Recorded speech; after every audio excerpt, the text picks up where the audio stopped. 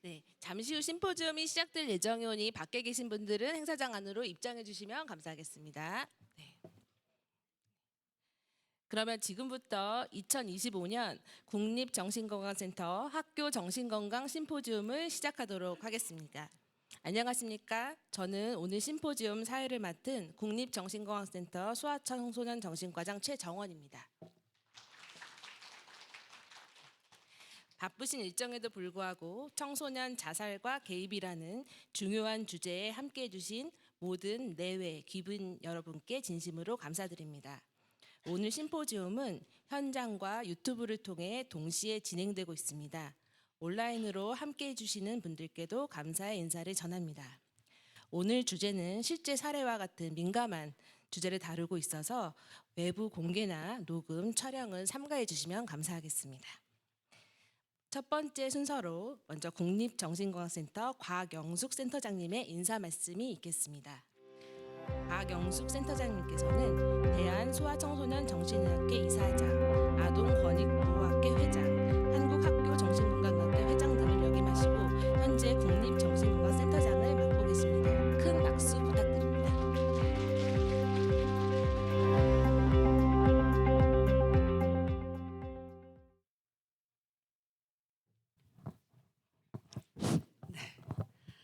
네, 안녕하세요. 국립정신건강센터 센터장 곽영숙입니다. 반갑습니다. 저희가 심포지움을 여러 차례 개최하고 있는데 이렇게 오전부터 일찍 하는 경우는 좀 드뭅니다. 그런데다가 오늘이 또 수능이라서 많은 분들이 자제분 때문이라도 오시기 힘들까 봐 걱정을 했는데 생각보다 많이 와주셔서 감사드리고요. 또 온라인으로도 참여해 주시고 계시는 여러분들께들도 환영하고 감사를 드립니다.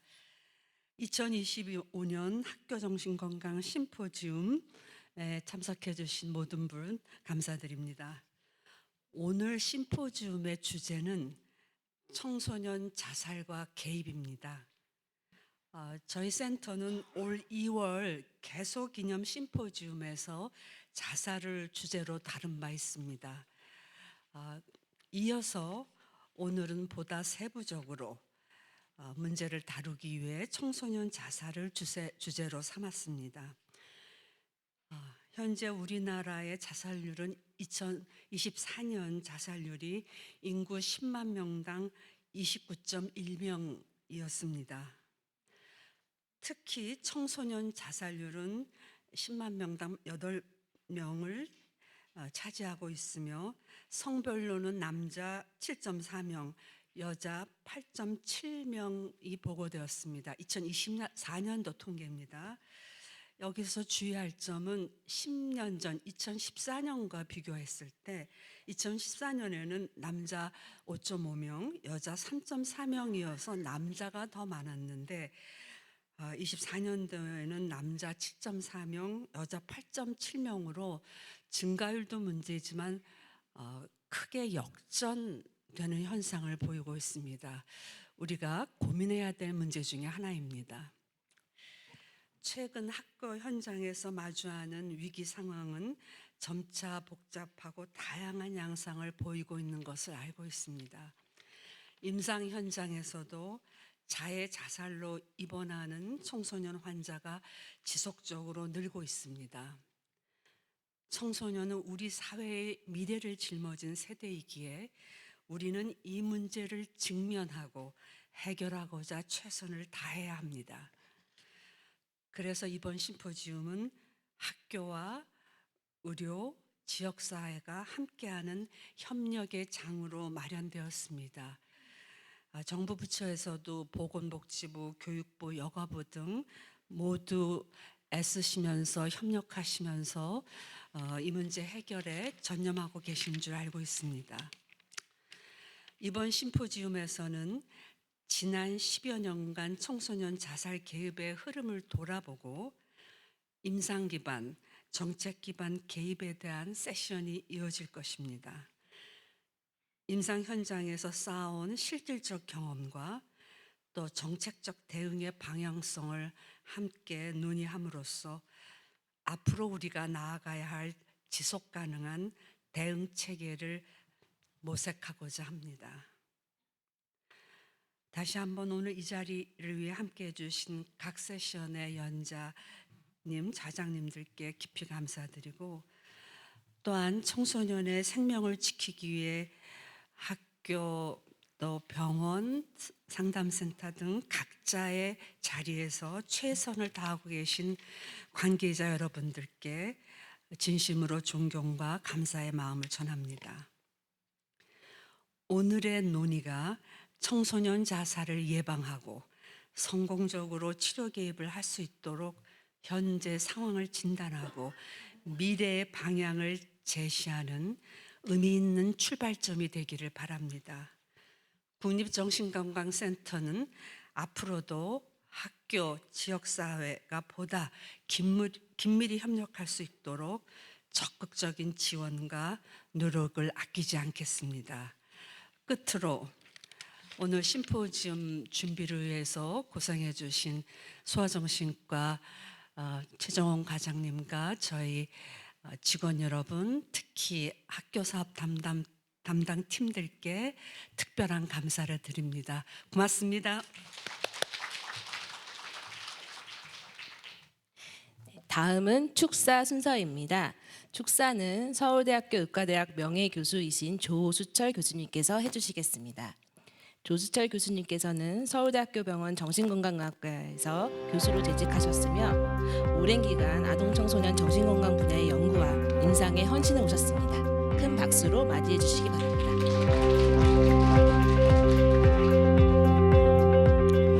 네, 안녕하십니까. 제가 지금 알레르기성 기침이 있어서 혹시 기침을 하더라도 좀 양해해 주시기 바랍니다. 오늘 이런 축사의 말씀을 드리기 전에 우선 개인적인 소회를 잠깐 말씀을 드리고 축사를 드리도록 하겠습니다. 1981년 4월입니다. 아마 그때가 어떤 시절인지 여러분들 상상도 안 되시죠?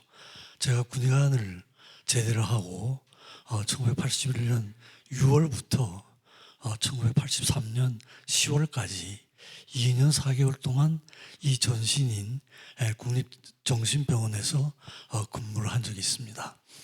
2년 4개월 동안 근무를 했는데 이 센터의 발달 과정을 쭉 살펴보면 1962년에 이제 병원이 처음 건립이 돼서 지금에 이르고 있죠. 근데 아마 10년마다 비약적인 발전을 했던 것 같아요. 그래서 10년마다 1기, 2기, 3기, 4기 이렇게 나눌 수가 있는데 제가 근무하던 시기는 2기 말에서 3기 초기가 됩니다. 그러니까 그때는 우리나라의 국립정신병원이 여기밖에 없었어요. 하나밖에 없었고 83년도에 나주 쪽에서 무슨 총기 사고가 나면서 지방에도 국립병원이 필요하다는 생각이 들어서 나주 국립정신병원이 두 번째로 생겼습니다. 그때는 이제 하나, 둘이었고 그 후에 이제 부곡, 춘천, 공주 이렇게 해서 현재 5개가 됐죠, 그죠? 그래서 아주 초기에 제가 근무를 했습니다. 와서 보니까 그 당시에 신상철 선생님께서 정신재활 치료를 하고 계셨고 또 김유광 선생님께서 사이코 드라마를 하고 계셨어요. 그때 아주 초기였죠, 그죠?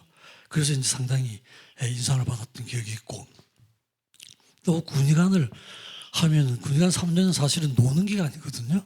근데 왔는데 레지던트들이 뭐 굉장한 줄 알고 전부 달려와서 논문을 같이 쓰자고 그러더라고요.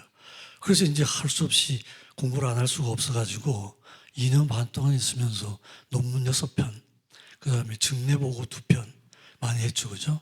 그래서 이제 제가 공부를 한 그런 계기가 됐습니다. 개인적으로는 제가 박사 논문을 여기서 완성을 했고요. 또 하나는 와서 보니까 도서관이 굉장히 공간이 넓었어요. 넓고 책들이 많이 있더라고요.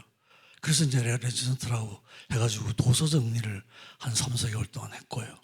또 하나는 제1회 보건복지부 장관배 쟁탈 테니스 대회가 있었는데 저희 병원이 우승을 해가지고 아주 좋은 기억이 남아있습니다. 그래서 2년 반 동안 공부도 하고 놀기도 하고 이런 경험을 바탕으로 해서 대학으로 가서 그게 기초가 돼가지고 대학 교수 생활을 무사히 마칠 수 있지 않았나 하는 이제 그런 회고를 하게 됩니다.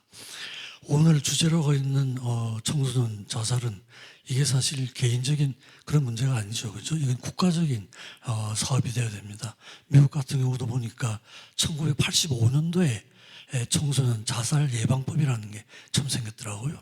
그리고 2002년도 부시 대통령 시절에 학교 기반 자살 예방 프로그램을 만들어서 개발하기 시작을 했고요. 우리나라는 보니까 10년 후 2012년도에 교육부가 주관이 돼가지고 학교 자살 예방 프로그램이 개발되기 시작을 하고 또 자살과 학생 정신보건 연구소라는 게 생겨가지고 액티브하게 활동을 해온 이런 과정이었더라고요. 그래서 전체적인 프로그램은 어느 한 파트가 해야 될 게 아니라 나라 전체가 책임을 지는 이런 과제가 되어야 될 것 같아요. 청소년 시절은 여러분들 잘 아시다시피 굉장히 위험한 시기죠, 그죠? 위험한 시기인데 그게 뇌 발달을 보면 그렇게 돼 있어요. 쾌락을 추구하는 센터 발달은 급격하게 발달이 됩니다.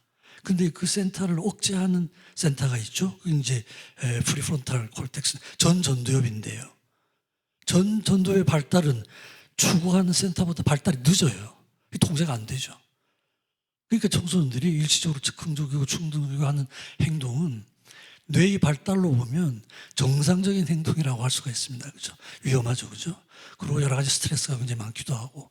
그 다음에 자살과 관련된 여러 가지 주된 정신질환들, 조현병이라든지 뭐 양극성장애라든지 우울증, 충동조절장애 이런 것들이 지금 발병하는 시기잖아요. 그죠? 그러니까 여러 가지 요소가 겹쳐져서 상당히 위험한 시기입니다. 그리고 사회적인 영향을 또 굉장히 잘 받잖아요. 그죠?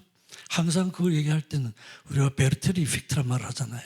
괴테가 25살 때 쓴 작품인데 젊은 베르테르의 슬픔이란 책을 쓰고 나서 그 주인공이 노란 조끼 입고 블루 코트를 입고 자살하는 이게 유럽 전체에서 약 2,000건이 발생을 한 거예요.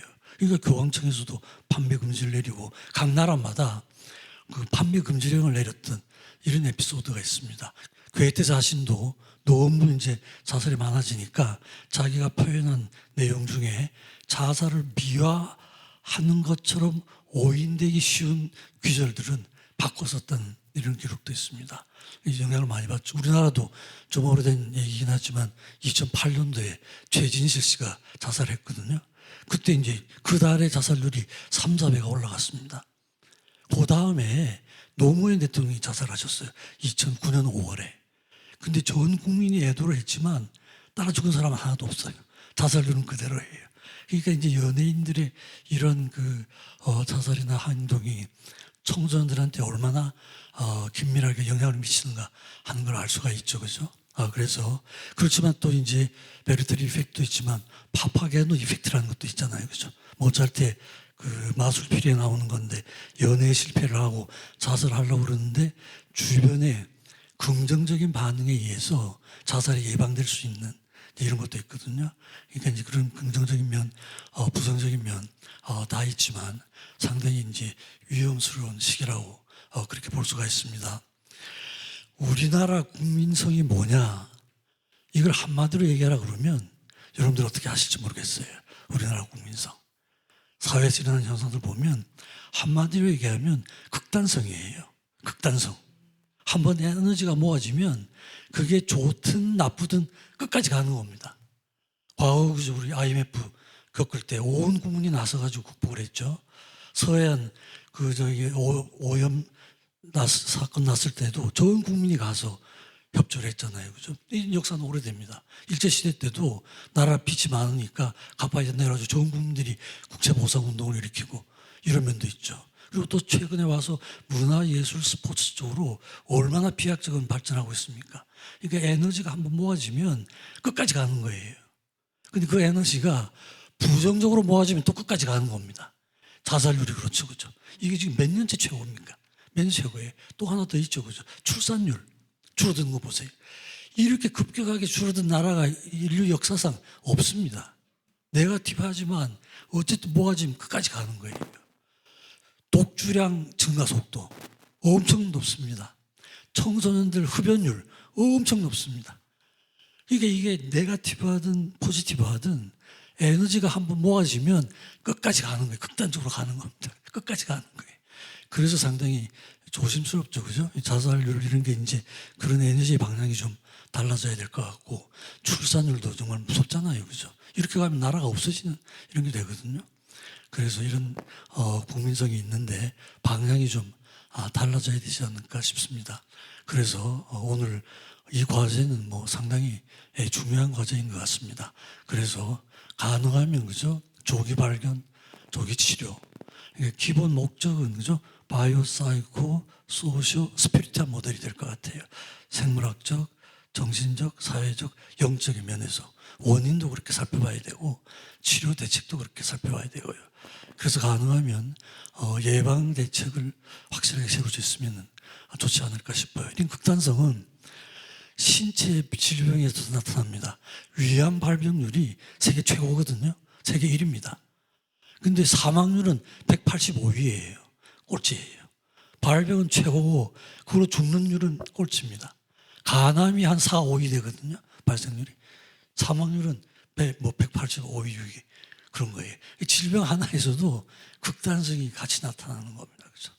그래서 이런 걸 잘 고려를 해서 오늘 이 심포지움이 좋은 결과를 낳기를 기대하고 다시 한 번 더 개인적인 감회무량을 말씀드리면서 인사 말씀을 드리겠습니다. 네, 조수철 교수님 감사드립니다. 네, 이어서 첫 번째 세션 진행하도록 하겠습니다. 먼저 첫 번째 세션의 좌장은 앞서 축사로 인사해 주신 조수철 교수님이십니다. 조수철 교수님께 큰 응원의 박수 부탁드리도록 하겠습니다.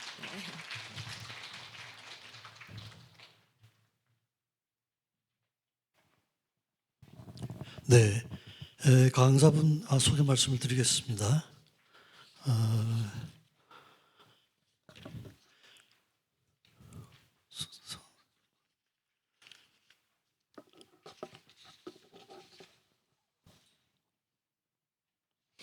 홍현주 교수님이신데요. 연세대학교 의과대학을 졸업하시고 연세대학에서 석사 박사학위를 받으셨습니다. 정신건강의학과 전문의이고 소아청소년 정신건강의학과 전문의도 같이 따셨습니다. 현재 한림대 자살과 학생정신건강연구소 소장으로 계시고 한국학교 정신건강의학회 이사님으로 계십니다. 여러 가지 하신 일이 다 많은데 제가 다 말씀드릴 수는 없고 간단하게 소개를 드립니다. 기초 강연 제목은 청소년 자살 개입의 10년 배움과 앞으로의 길에 대해서 말씀을 해주시겠습니다.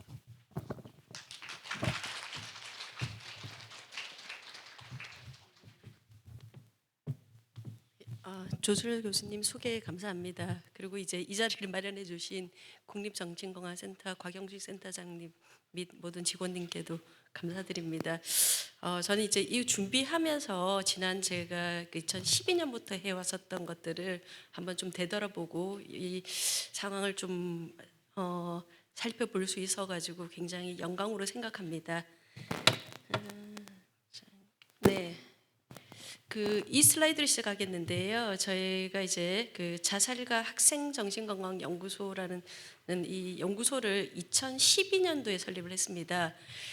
사실 2012년도 맞네요. 그때 이제 배경이 어떻게 됐냐면 2011년도에 대구의 한 중학생이 학교 폭력으로 자살했습니다. 그래서 그 유서가 공개가 되고요. 그 자살하기 전에 아이가 이제 엘리베이터에 올라가는 장면 이런 게 보도가 되면서 보통 이렇게 자살 사건이 뭐 언론에 보도되더라도 며칠 만에 가라앉지 않습니까, 그죠? 근데 이게 한 몇 달을 갔어요. 그러면서 새 정보가 나오면서 이제 아이들이 자살 문제, 뭐 학교 폭력 문제 이대로 둘 수 없다 이런 이제 전 국민적인 이렇게 공감이 이루어지고 사실 그 전에는 학교에서 여러분들 기억하실지 모르겠지만 2012년도 이때는 자살이란 말도 꺼낼 수 없는 분위기였어요. 직접적으로 자살을 언급을 하면 이게 뭐 전염된다, 그리고 이제 전혀 이제 도움이 안 된다 이러고 이제 돌려서 말하는 것들.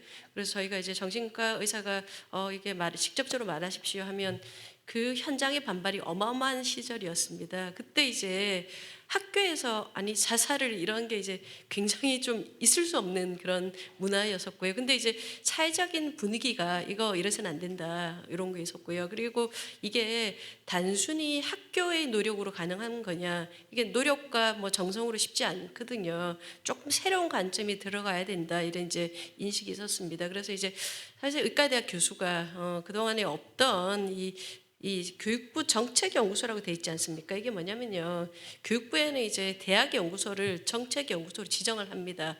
그래서 많은 그러니까 부서가 대학연구소랑 손을 잡고 정책을 이제 이게 이 교육부 공무원들 계속 바뀌거든요. 근데 이제 바뀌는 도중에 정책을 좀 백업할 수 있는 연구자들이 이제 좀 그 지속적으로 그런 정책의 질 관리를 하고 정책을 평가를 하고 이런 이제 기관의 설립성이 이제 좀 필요성이 제기가 되면서 여러 분야의 연구소가 있었는데, 그때 2012년도에 이게 정신건강 및 뭐 자살 분야가 이제 저희 연구소가 선정이 됐고요. 그때 학교폭력 연구소도 그때 시작을 했습니다. 그래서 그 이후에 이제 학교폭력과 관련된 것도 굉장히 많은 변화가 있었고요. 저희 자살과 관련된 것도 굉장히 많이 있었습니다. 그래서 이게 연구소가 연구재단의 이제 그런 관리를 하면서 이제 저희가 9년짜리 과제를 한 겁니다.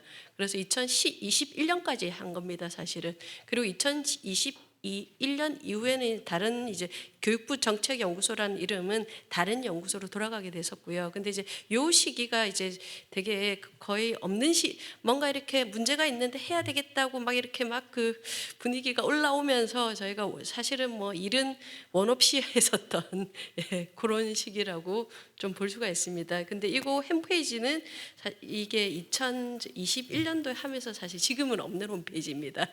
예. 예, 그래서 이게 저는 시작을 할 때 의사이고 이제 연구자의 어떤 아이덴티티를 가지고 있는 사람인데요.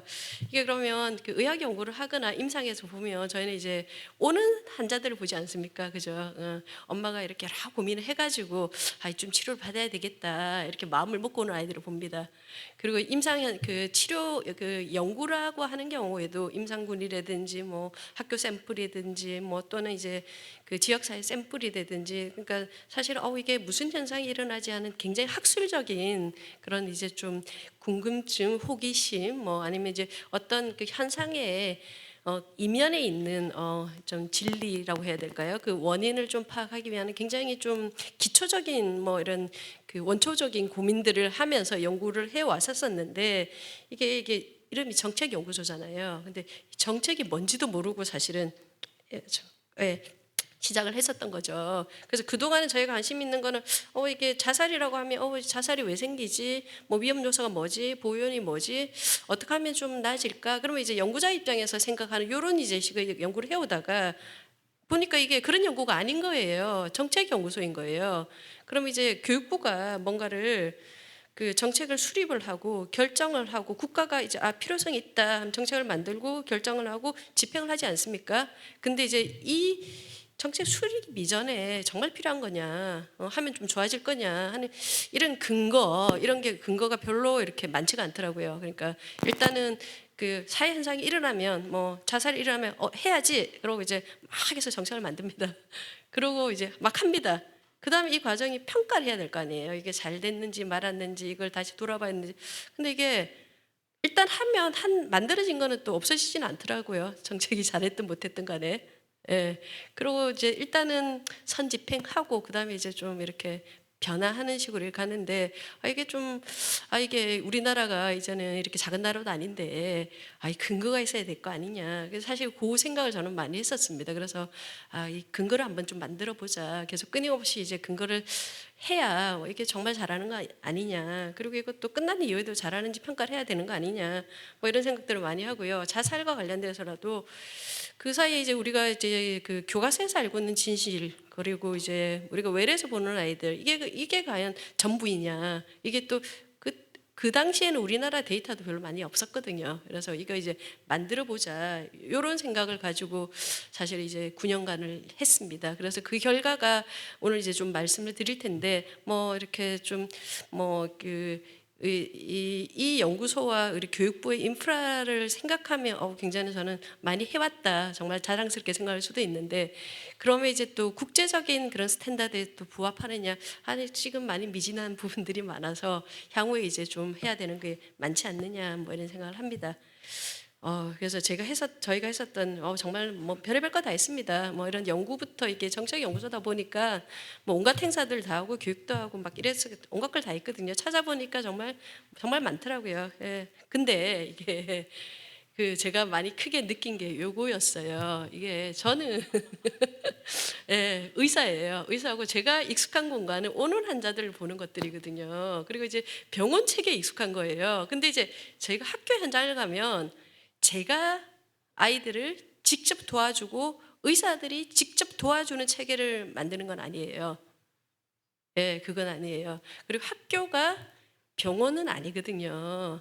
예, 그래서 학교가 원래 목적인 교육을 잘 할 수 있도록 해야 될 거 아니에요, 그죠? 선생님들이 지금 현장에서는 뭐 자살하고 아이들이 뭐 온갖 문제 일으키고 학부모들도 뭐 이상한 세계 좀 예전과 다른 그런 양상이 굉장히 많습니다. 근데 이런 문제들을 이제 감당이 잘 안 되시는 거죠. 예. 근데 이거를 전문가가 딱 들어가서 샥 해결하고 샥 나오고 이건 있을 수가 없는 일이에요. 예. 그리고 이제 병원 보낸다고 해결이 되느냐? 있을 수가 없는 일이에요. 그렇죠. 그래서 이거는 이제 어쨌든 저희가 이렇게 하긴 전문성을 좀 도와드리긴 해야 되는데 제가 할 수 있는 게 저희가 익숙한 체계가 전혀 아닌 거예요. 아닌 거고 제가 주인인데도 아니에요. 그러니까 제가 하는 행동이나 이런 것들을 최종 결정자는 누구일까요? 제가 아니에요. 예, 저희가 이제 교육부 정책연구소를 하더라도 제가 이제 제안을 하더라도 이거를 컨펌하고 실행하는 거는 교육부 후문들이 하시는 거죠, 그죠? 제가 하는 게 아니에요. 그러면 이제 이거를 누가 책임을 지시나요? 결정하시고 행동하신 그분들이 책임지시는 거죠.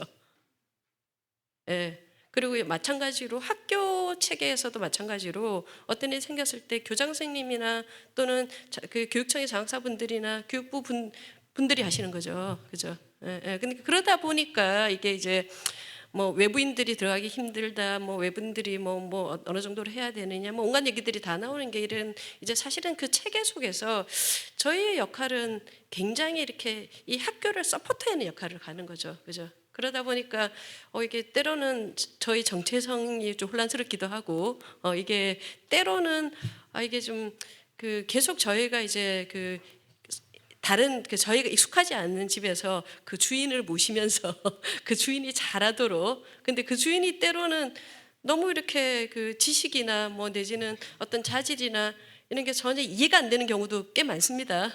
예. 예, 그런 분을 설득하면서 잘하도록 해오는 과정이 지금까지의 좀 과정이라고 사실은 볼 수가 있었습니다. 그래서 이거를 어디까지 해야 되나 뭐 이런 고민들 그리고 이 체계 없는 상태에서 어떻게 해야 되나 그런까지 했었던 겁니다. 그래서 이게 말씀드린 대로 이제 이게 제게 학교 문제, 정신건강 무슨 자살 커지는데 그래서 이제 행정가 분들이 정말 해야 되겠다고 전문가를 불러요. 그래서 전문가들이 이런저런 얘기는 막 하거든요.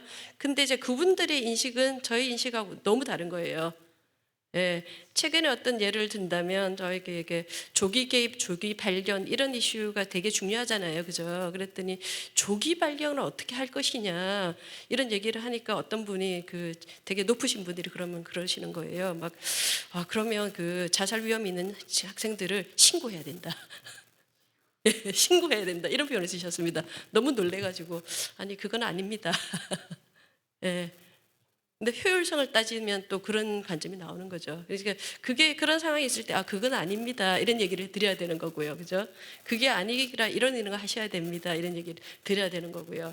그리고 이게 또 문제가 이게 소아정신과 이런 그 정신건강 문제는 굉장히 심각하고 어떤 뉴스에 보도가 되면 되게 마음을 움직이는 되게 참 안타깝고 뭐 이런 사건이지 않습니까? 그래서 보도는 무지하게 잘 돼요. 그런데 후속 조치가 안 돼요. 그 실제적인 상황이 들어가서 그러면 이제 어떤 일이 벌어지냐면요. 학교에서는 당장 힘드니까 학교에서 이제 그런 어떤 체계를 만들려고 하는데 이게 교육부 내에서라도 우선순위가 팍 밀리는 거죠. 예, 오늘 수능이 있었죠. 뭐 수능이니 대학이니 이런 게 우선순위지 않습니까? 예, 학교가 치료 기간도 아닌데 아니 무슨 정신건강 이런 얘기가 나오고요. 그리고 막상 또 기재부까지 올라가게 되면 아니 정신건강은 복지부가 하는 게 아니야? 뭐 이렇게 되는 거고 그 표를 보니 정신건강 관련해서 청소년 상담복지센터도 있고 뭐 위센터도 있고 자살예방센터도 있고 정신건강 복지센터도 있는데 너네 또 뭐 하니? 뭐 왜 중복이 아니야? 뭐 이런 얘기들. 예. 지금까지 지속되는 일이죠. 예. 그러니까 법적 체계가 없는 거죠. 예. 법적 체계 없이 안정돼 있는 예산, 체계가 없다는 얘기는 안정된 예산이 없다는 거고요. 안정된 인력이 없다는 얘기가 되는 겁니다. 그래서 이제 그 사이에 정말 지난 15년 사이에 정말 새로운 정신과학 문제가 어마어마하게 많이 벌어졌는데 아직도 이게 그 실제 이렇게 예산 따는 문제는 어려움이 존재하는 그런 상황이고요. 그리고 이제 또 전문가로서 입장이 이게 저희가 소아정신과는 전문가 정신과 의사를 하다 보면 의학은 굉장히 많이 발전돼 있는 굉장히 고도의 전문화된 영역입니다. 그래서 되게 좋은 저널에 실리고 되게 명망이 높은 의학자가 되려면 요새 맞춤 치료하지 않습니까, 그죠? 때로는 유전자에 맞춰가지고 다 하는 게 아니라 아이한테 맞춰서 하나하나 하는 게 되는 건데요. 이게 학교 현장으로 그러면 무슨 일이 생기냐면 가장 쉽게 말하면 뭐 아까 여자 남자 자살 그 특성이 달라요. 그럼 여자 남자 다른 정책을 해야 된다. 학술적으로 쉽게 쓸 수 있습니다. 예. 그리고 이제 어떤 특성에 따라 가지고 어떻게 해야 된다. 네, 학술적으로 쉽게 씁니다. 그게 옳은 방향인 것 같아요. 학교 현장에서 적용하려면 그러면 남자아이들 여자아이들한테 다른 걸 해야 되나요, 한 선생님이? 예, 1대1의 상황에서는 가능할지 몰라도 정책의 차원에서는 그러면 이게 디스크리미네이션 하는 거 아니야? 이런 얘기도 나올 수가 있는 거고요. 예, 그리고 아이들마다 다른 위험 요소를 체크해야 된다. 위험 요소 평가하는 게 이거는 다른 아이들은 차별하는 거 아니야? 우리 아이를 왜 여기 집어넣었어? 이런 게 나오는 거니까 사실은 되게 이제 요새 되게 이렇게 의학적으로 굉장히 발전되어 있는 이런 거를 적용할 수가 없습니다. 예, 새로 만들어야 돼요. 다르게 때로는 다르게 하는데도 이게 좀 배제하지도 않으면서도 좀 어떻게 좀 도와주기도 해야 되고 뭐 그러고 질도 안 떨어져야 되잖아요. 예, 굉장히 어렵죠. 그리고 이게 외국에서 나오는 사례나 이게 안 맞아요. 우리나라 체계랑 또. 예, 학부모 설득 이게 우리나라처럼 이렇게 학교를 기반으로 학교에서 이렇게 전체적 스크리닝하고 어떻게 도와주고 이런 거는 딴 나라에서는 꿈도 꿀 수 없는 일들이 많습니다. 왜냐하면 그 보호자 동의가 있을 수가 없거든요. 예. 그런 어떤 문제들 그리고 이제 좋은 정책은 사실은 상생해 보면 이렇게 한번 파일럿 테스트를 해보고 이게 접근 가능 이게 좀 확산 가능하면 그걸 좀 올리고 그 다음에 이제 이게 잘 됐는지 평가해서 다시 돌리고 아니 하다못해 저희가 조그만한 연구 사업을 할 때도 그렇게 하지 않습니까? 근데 정책은 그걸 할 수가 없어요. 예, 그게 안 돼요. 왜냐하면 이 예산을 주는 쪽은 1년 단위로 평가를 하고 그리고 정권도 뭐 올해 해도 7년인데요. 그죠? 예, 국회의원들 4년 바뀌고 예, 담당자들 2년 만에 바뀌고 그러니까 자기가 담당자의 입장에서라도 내가 기억하지 않은 과제를 내가 나중에 책임을 질 수 있을까요? 안 되는 겁니다. 예, 그러니까 이게 되게 이렇게 이상적이고 좋은 거 다 있어요. 다 있는데 이거를 적용 못 해요. 예, 이런 이제 고민들을 계속 해오면서 제가 이제 시간을 보냈습니다. 예. 그런데 뭐 그러면 너 왜 이러고 있냐 이런 얘기 정말 많이 들었거든요. 예, 최근 몇 년 사이는 좀 떨어져 있었는데 근데 또 이제 다른 부분들 이런 것도 있는 것 같아요. 이게 개인 연구는 사실 하면 저희가 이제 이 결과가 때로는 많은 경우에 독자들이 별로 없어요. 제가 열심히 몇 년에 써서 논문을 썼는데 이 논문 누가 읽어보겠어요. 예, 안 읽는 연구 되게 많거든요. 그리고 이제 읽은들도 어떡하겠어요. 읽은들. 그리고 그걸 이제 실제적으로 현상에 이게 적용이 돼서 뭐 파급력이 있을까요? 별로 없어요. 예. 그런 뭐 되게 뭐 이렇게 뭐 네이처 사이언스 중에서도 안 그런 게 더 많죠, 사실은. 그렇죠. 예.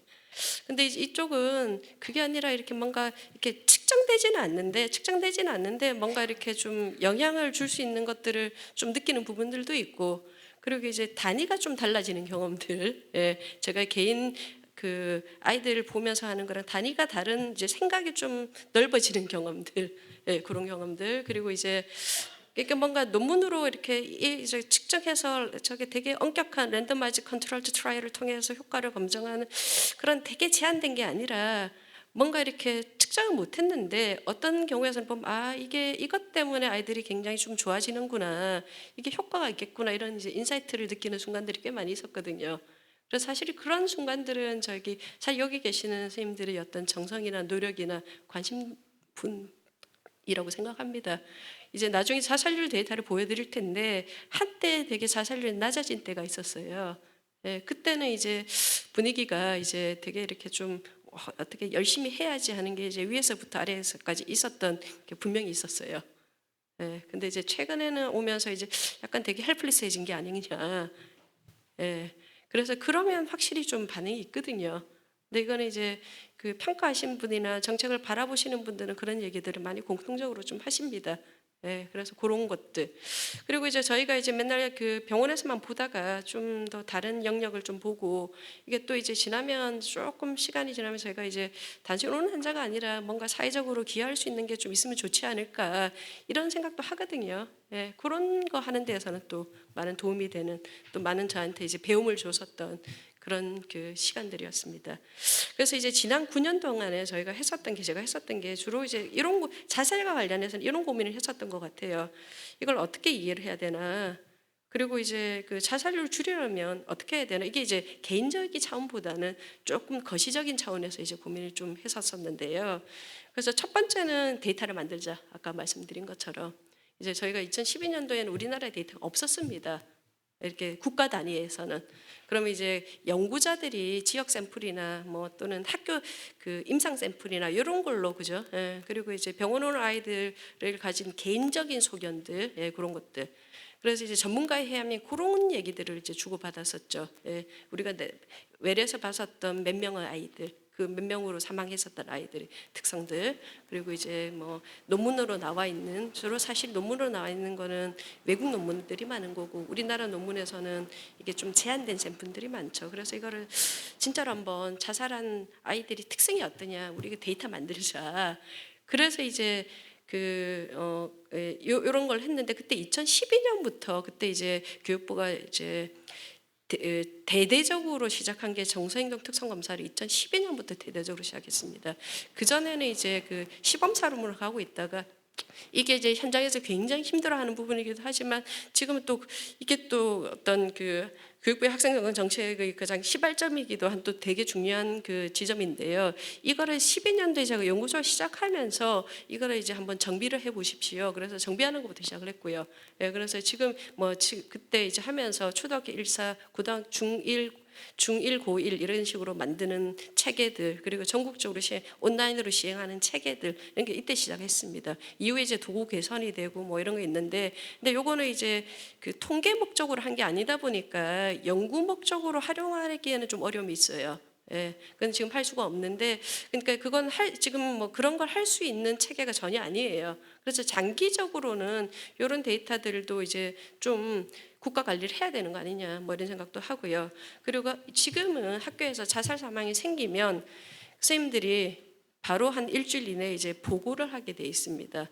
예, 그래서 이제 그 복지부나 뭐 어떤 통계청에서나 이런 경우에서는 이제 자살 그 통계 자체가 사실 통계청도 조금 1년 늦는 감이 있고 통계청 데이터가 이렇게 개별적인 데이터는 없는데 아이들에 대해서는 적어도 학교 차원에서 발견되는 거는 거의 전수가 지금 보고가 되고 데이터화돼서 관리가 되고 있습니다. 예, 그래서 저희가 연구소에서 그때 이제 서식을 만들었고 지금 이제 다음으로 넘어간 이제 정착연구소에도 이 관리는 계속 하고 있는 상황이고요. 그리고 처음에 시작할 때 이제 이게 심리 부분을 해야 되겠다. 이거는 이제 겉으로 보는 게 아니라 좀 면담을 해서 조금 더 깊은 지식을 알아야 되겠다. 그래서 12년부터 들어와가지고 계속 이제 뭐 검색도 하고 뭐 좀 어떤 걸 차기도 좀 알아보고 그러면서 도구도 만들고 뭐 그래가지고 이제 굉장히 힘들게 한 땀 한 땀 케이스를 모아서 이제 좀 이게 그래도 36케이스를 할 수 있었습니다. 예, 그런 것들. 그리고 이제 저희가 12년도 시작하면서 이제 교육부가 처음으로 학생 정신건강과 관련해서 중앙정부 차원에서 중앙 예산을 이제 기획해서 뿌렸거든요. 이때가 처음이었습니다. 그때 이제 사무관님이나 과장님이 만든 게 학생 정신건강 취업 협력 모델이었고, 이게 이제 전국 규모 18세 시도교육청으로 일부분 자료를 이렇게 돈을 뿌리면서 이제 이게 교육청이 조금 관심을 가지고 이 사업 정신건강을 좀 챙겨 주십시오 하는 의도로, 그리고 이제 교육청에서 어떤 문제가 생겼을 때 아니 이거 전문가 들어와서 해결해 주세요 이러지 마시고, 이거 해결이 안 되는 거니까 결국은 사실은 학생의 문제는 뭐 직접 교수님들이 서비스를 하라는 게 아니라 좀 중심을 가지고 관리를 해주면 확실히 달라지거든요. 그런 필요한 체계도 만들어 주시고, 그런 걸 하라는 의미에서 내린 거고요. 그리고 저희 이제 그런 걸 좀 관리도 하는 것도 하면서 이게 교육청과 교육부와 학교와 이렇게 의사소통을 하는구나 이런 것도 배우고, 그다음에 저희가 이 사업이 이게 특교 예산이니까 3년이면 끝나거든요. 3년이 끝나고 그 다음에는 이제 그 또 다음 사업을 저희가 이제 좀 기획을 했죠. 지금도 하고 있는 중간되었다가 다시 시작한 건데, 정신건강 정보 학교 방문 사업이라고 해서 단순히 체계를 만들어서 어떻게 가다 하는 정도가 아니라 때로는 직접 전문가가 와서 좀 컨설테이션도 해주고 교통 정리도 좀 해주고 사후 관리를 해주고, 직접 서비스가 아니라 지역에 있는 서비스 인프라들을 잘 활용할 수 있게끔. 그리고 이제 그 대부분 많은 그 현장에서 말하는 게 그 보호자 미동이 많지 않아요, 그죠? 보호자 미동이 사건 상황들을 좀 해결하는 방법들. 그래서 이제 이런 그 사업을 좀 기획서를 만들고 중앙센터와 기획센터를 좀 그 꾸리고, 오늘 말씀하신 계신 강연 선생님들 모셔서 강 선생님이 그 리더십을 발휘하면서 이 사업을 단장님으로 이끌어 가셨죠. 그렇게 했었던 시절이 좀 있었고요.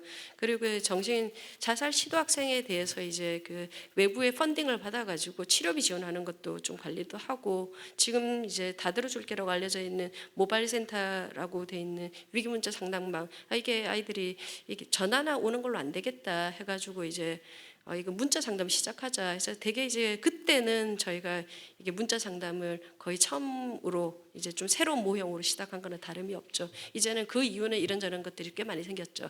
꽤 많이 생기고, 근데 이제 이런 일들을 좀 했습니다. 굉장히 넓은 일들을 많이 했었었는데, 근데 그러면서 이제 오늘 또 말씀드릴 내용은 이제 이게 조금 더 자살에 대해서 저희가 이제 앞서 말씀드린 그런 데이터 기반해서 우리나라 아이들이 어떠냐 이런 얘기를 좀 말씀드리려고 합니다. 그래서 선생님들이 이게 그동안 생각해오셨던 이 자살이나 자살 위험 청소년에 대해서 그렇게 어떻게 도와줘야 되나 이런 생각들을 한번 좀 되돌아볼 수 있는 기회가 됐으면 좋겠어요.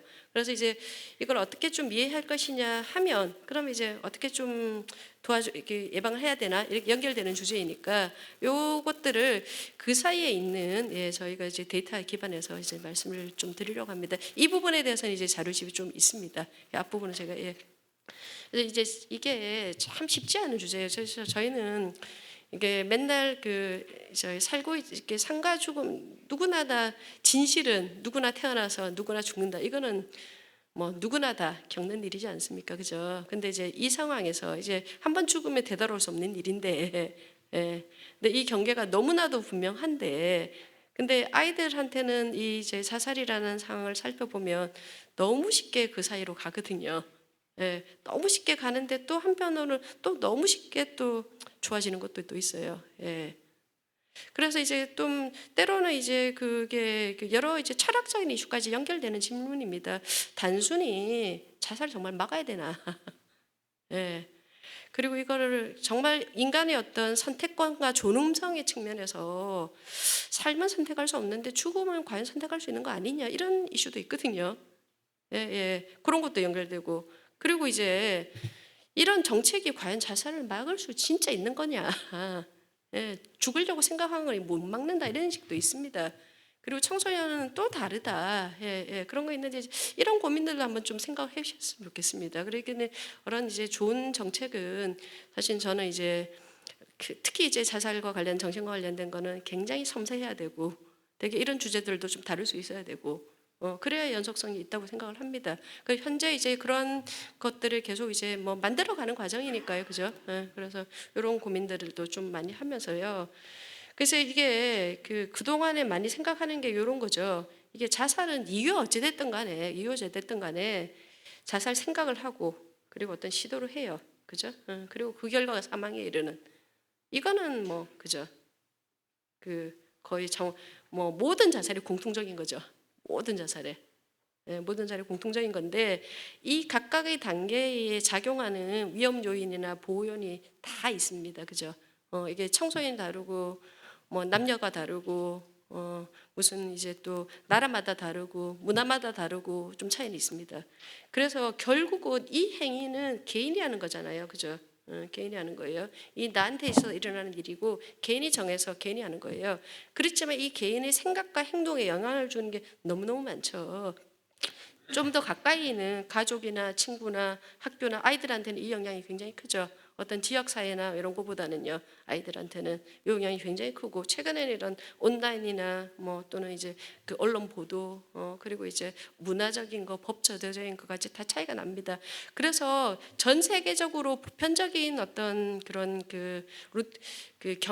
경로가 있지만 또는 나라마다 다른 경로가 또 다 있습니다. 그래서 나라마다 조금씩 다른 자살 예방 정책을 또 해야 되는 게 또 맞는 거고요.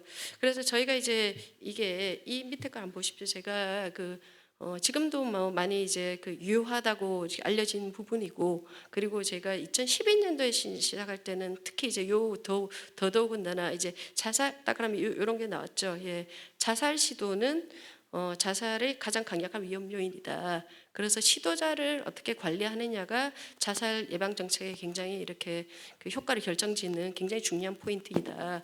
그리고 남녀 성비에 대해서는 시도는 여자가 많이 하는데 사망은 3대 1 정도로 남자가 더 많다. 예, 교과서에 나오는 얘기예요. 교과서에.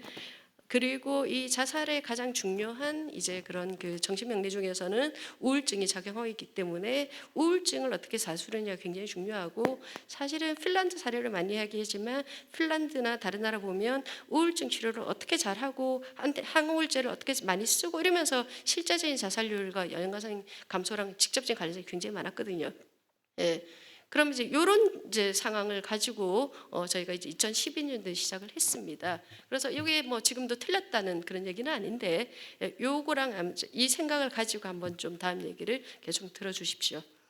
그래서 이제 곽 센터장님께서 말씀하신 것처럼 굉장히 안타까운 그런 표입니다. 2001년도부터 이제 2024년 쭉 보시면 20년 사이에서 쭉 올라가죠. 쭉 올라가죠. 이게 딴 나라도 그럴까요? 아닙니다. 아닙니다. 예, 예. 최근에 코로나 이후에 올라간 거는 거의 전 세계적인 현상인 것 같아요. 근데 우리나라는 코로나 이전 2020년 이전부터 그 코로나 이후에 좀 과시화된 것 좀 더 올라간 게 있지만 그 이전부터도 그랬어요. 2018년도에 기점으로 해서 달라졌어요. 2018년도. 2018년도에 그때 우리나라에서 자해가 어마어마하게 유행했거든요. 그때 이제 그 남녀 성별 차이가 역전이 돼서 여자가 2008년도에 18년도에 많았어요. 근데 지금 2014년도에도 여자가 더 많다고 하지 않습니까? 그래서 이제 딴 나라보다 남녀 성비 차이가 우리나라가 상대적으로 여성이 굉장히 높다. 특히 청소년들은 더. 그래서 청소년의 경우에서는 옛날에는요, 옛날에는 이게 10만 명당 4명, 19세까지거든요. 10만 명당 4명 하면 OECD 평균 정도, 평균보다 약간 높거나 약간 낮거나 이 정도 수준이었어요. 근데 지금 거의 8명까지 올라갔거든요. 그러면 상위 최근에 제가 그 계산을 안 해서 모르겠는데 1등은 아닌데요. 한 뭐 3, 4등 안에는 들어갈 것 같습니다. 근데 여성은 거의 2등 정도는 될 것 같아요. 청소년 자살 아마 뉴질랜드가 제일 높을 겁니다. 근데 좀 달라요, 청소년들은. 그래서 이게 되게 안타까운 현상이고요. 저희가 연구소가 2012년도에 시작하면서 2021년도에 끝났거든요. 그래서 이때 이제 저희가 가장 낮은 2015년도도 경험했었습니다. 이때는 이제 그 전체 되게 막 이렇게 뭔가 열심히 하려는 좀 그런 분위기를 느꼈었던 것 같아요. 그리고 쭉 올라가다 갑자기 쭉쭉 올라가는 거는 맞는데 2019년도 올랐죠. 이때 뭐 배우 최진실 아니면 정치인 자살 등등 온갖 뉴스로 이제 자살이 도배되던 시기였어요. 그래서 조금 이제 주변에서 이제 자살에 대한 그런 이게 좀 할 수 있나 뭐 좀 쉽게 자살을 선택하네 이런 분위기에 아이들이 확실히 더 영향을 받는 그런 생각을 좀 많이 했고요. 중간중간에도 이제 보면 연도별로 그러는데 연예인 자살, 이전엔 배우 그 가수 종연 자살 이럴 때는 확 올라갑니다. 애들은 숫자가 많지 않아요. 1년에 이제 19세까지 해도 한 300명 정도고요. 학교는 100명에서 저희가 이때는 2015년대 100명 이하였거든요. 최근에는 200명 정도로 얘기하더라고요. 근데 이제 사실 200명, 300명 아주 많지는 않은데 어떤 특정한 시기에 10명 올라가면 굉장히 올라가는 겁니다. 그래서 확 올라가는 시기라서 이제 주변에서 이제 그런 영향을 굉장히 많이 받는다. 그리고 말씀드린 대로 그 여성 자살률이 2018년, 19년도, 이제 작년 2014년도 더 높다. 그리고 이제 지속적으로 자살이 사망률이 1위다. 20대도 그러죠. 그리고 남녀 성비 차이가 보시면 10대가 가장 성비 별로 차이 없어요. 2대1 절대로 넘지 않습니다. 1.5대1도 안 넘어요. 가장 남자가 높았을 때도. 심지어는 여자가 더 많은 게 이제 우리나라 청소년 자살의 특성입니다. 그리고 이게 또 생각하셔야 되는 게 아까 제가 말씀드린 자살 생각, 자살 시도, 자살 행동, 자살 사망 다릅니다. 달라요. 자살 이게 청소년 건강 행동 조사 보시면 자살 생각은 한 10% 정도 되고요. 자살 시도는 한 3% 정도 됩니다. 자살 사망은 10만 명당 7명 이렇게 얘기하지 않습니까? 그러니까 이게 사망은 사실은 굉장히 드문 일이고 시도와 생각은 생각보다 많습니다. 굉장히 많습니다. 그리고 생각과 시도는 보시면 아까 그 사망 데이터하고는 좀 달라요. 오히려 좀 떨어지고 있죠. 최근에 올라갔어요. 최근에. 그러니까 최근에 3, 4년대 2013년, 14년대 올라가는 게 되게 요새 정말 안 좋아요. 이거 정말 국가적인 재난이 아니냐 할 정도로 정말 안 좋은데 생각과 시도는 그래도 큰 틀에서 보면 조금씩은 줄어들고 있는 일반 인구는 그러해요. 그러니까 일반 인구에서는 그러하는데 사망과 같은 되게 좀 극단적인 또 정신병리도 마찬가지예요. 최근에는 일반적으로 우리 아이들이 되게 밝고 이렇게 자신감 넘치고 예전하고 정말 다른 세대지 않습니까? 근데 문제 행동 심한 아이들은 굉장히 또 예전에 보지 못한 아이들도 굉장히 많지 않습니까? 그런 이제 좀 약간 극단화되고 다양해지는 이런 현상이 아닌가 생각을 하고요. 그리고 이 얘기를 좀 드리고 싶은데요. 그래서 이 자살 생각하면 아이들이 그 자살 생각을 언제부터 할 것 같아요? 보면 사실 미취학부터 해요. 말을 합니다. 근데 자살이라고 하면 내가 이 행위를 해서 이 결과가 사망에 이르는 거고 사망은 결코 대다로울 수 없는 거잖아요. 이 인식이 생기는 거는 한 만 10세가 넘어가야 돼요. 그럼 이 이전에 하는 아이들이 죽고 싶다는 과연 뭐냐? 그죠? 그리고 심지어는 이 10세 이후에 청소년 아이들도 죽고 싶다는 걸 너무 쉽게 얘기를 하거든요. 근데 이거는 좀 잘 살펴봐야 돼요. 정말로 내가 죽고 싶다는 게 시도를 해서 내 목숨을 버리겠다는 의도인 거냐? 그까지 아닌 아이들이 훨씬 더 많아요. 사실 제일 흔한 거는 좀 힘들다, 너무 힘들다. 그리고 사실은 죽고 싶다기보다는 지금 사는 게 싫다. 이게 가까운 거죠. 그죠? 지금이 괴롭다는 거예요. 그래서 왜 죽음을 생각하느냐? 근데 이제 자기 힘으로는 해결이 안 되는 거죠. 그리고 이게 자기 생각으로는 희망이 없어 보이는 거고, 그러면 뭔가 이렇게 좀 떠나야 될 것 같은 거죠. 그래서 이 이미지를 제가 챗GPT를 통해서 만들었는데 아이들이 사실 이렇게 많이 생각을 해요. 어떻게 좀 보이나? 이게 무서워 보이나요? 저희 보통 생명 존중 무슨 자살 예방 캠페인 하면 자살하면 제일 흔히 상상되는 이미지가 뭐냐면 대부분 아이들이 어떤 이미지를 가져오냐면 옥상에 올라가는 걸 가져옵니다. 근데 옥상에 올라가서 뛰어내리는 게 무서운 게 아니라 마치 날아다녀서 이 고통이 없어질 것 같은 그런 이미지가 굉장히 많아요.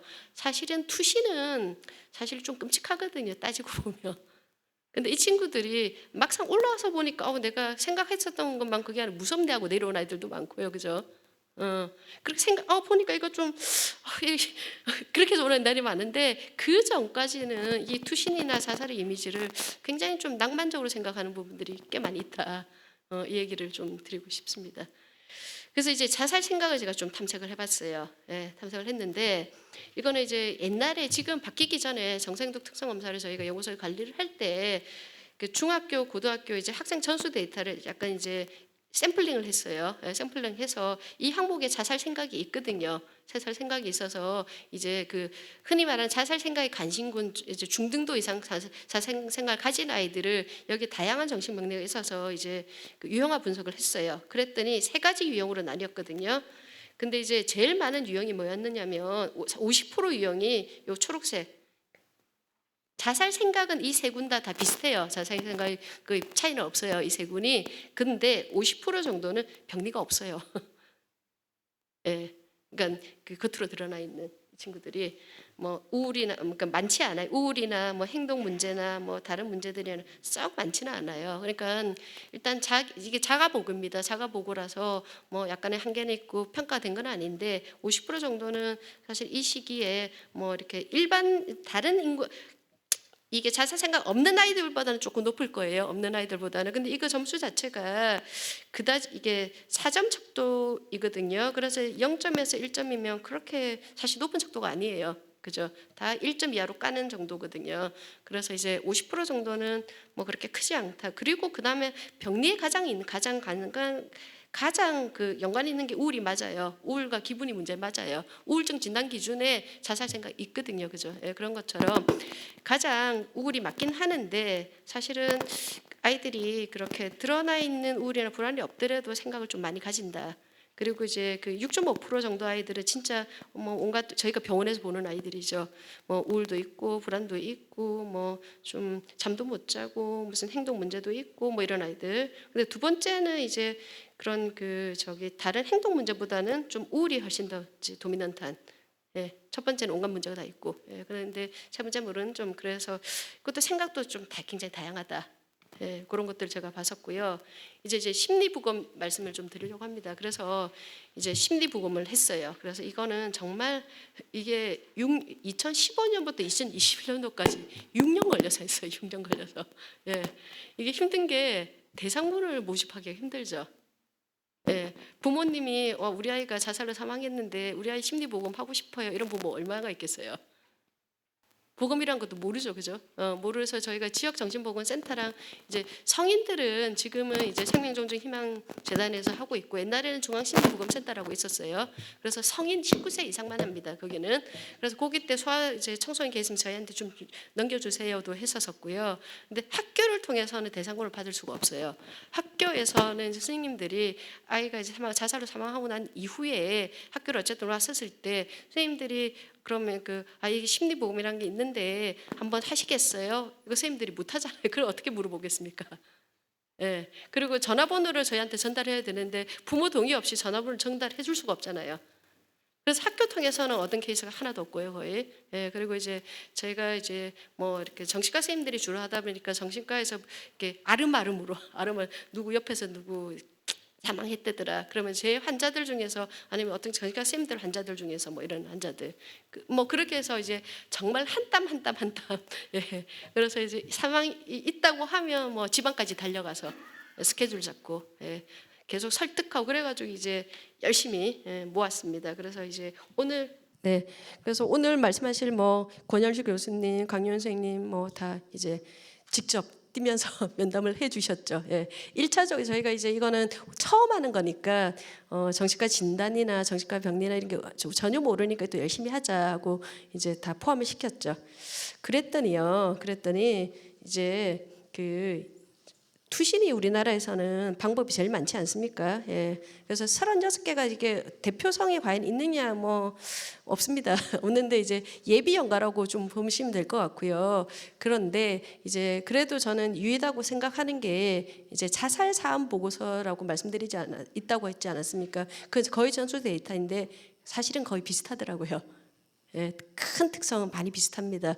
그래서 이제 이게 좀 상당히 의미가 있다고 저는 생각을 하고요. 그래서 이 친구들이 가정을 봤었을 때 흔히 말하는 뭐 이혼 가정이나 한부모 가정이나 조성 가정이나 이게 많지는 않아요. 대부분은 67% 정도는 일반적인 그냥 양부모 가정이었고, 예, 투신도 이제 그 통계청 자료나 자살 사안 보고서는 비슷하게 한 72% 정도이고, 근데 이제 흔히 얘기하는 뭐 투신하거나 청소년 자살은 되게 이제 좀 충동적일 거다 이렇게 예상을 하는데, 충동적이라고 팔만한 게 별로 없어요. 예, 별로 없고, 그리고 이제 딴 나라에서는 청소년 자살도 음주, 무슨 약물 중독, 뭐 이런 반사회적 행동 이런 게 되게 많거든요. 별로 없어요. 별로 없고, 그나마 이제 음주가 한 5.6%인데 이것도 이제 저희가 이 논문을 리뷰하면서 너네는 왜 이렇게 적니 이런 얘기를 들었어요. 예, 왜 이렇게 적니, 뭐 왜 이렇게 충동성이 없니 이런 얘기를 좀 들었습니다. 예, 그리고 이제 정신과 진단의 측면인데 사망 당시에서는 저희가 사망 당시에서는 사실 거의 다 진단이 됩니다. 예, 그리고 이제 우울 장애가 75% 다 돼요. 그래서 이게 이제 좀 그 부모님이 이제 아이 떠날 때 어떤 그 여쭤보시면 어쩌고 저쩌고 얘기를 하시고, 그다음에 이제 떠날 때 기반해서 우울 설문지를 한번 작성해 달라고 하면요, BDI라고 우울 설문지를 하면 사실 우울증이 있거든요. 근데 부모님이 그 당시에 아이가 우울증이라는 인식이 없으세요. 예.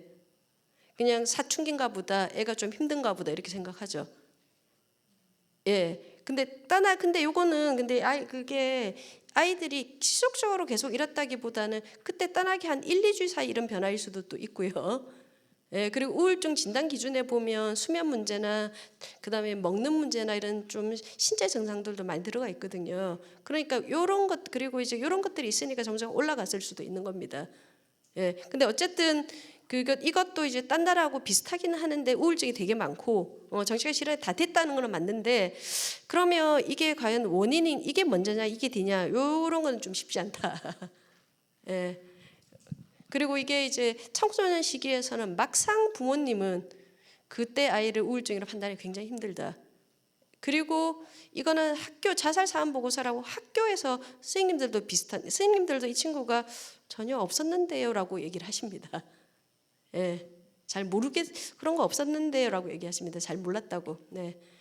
그리고 이제 성격적인 특성이 그래서 보시면요, 충동적이지가 않고요, 되게 문제 회피, 그리고 수능적이고 내성적이고, 별로 친구가 이렇게 학교 폭력을 당했거나 이런 게 아니라 좀 본인이 그냥 혼자서 그냥 좀 성을 쌓고 지냈어요. 이런 게 좀 더 가깝습니다.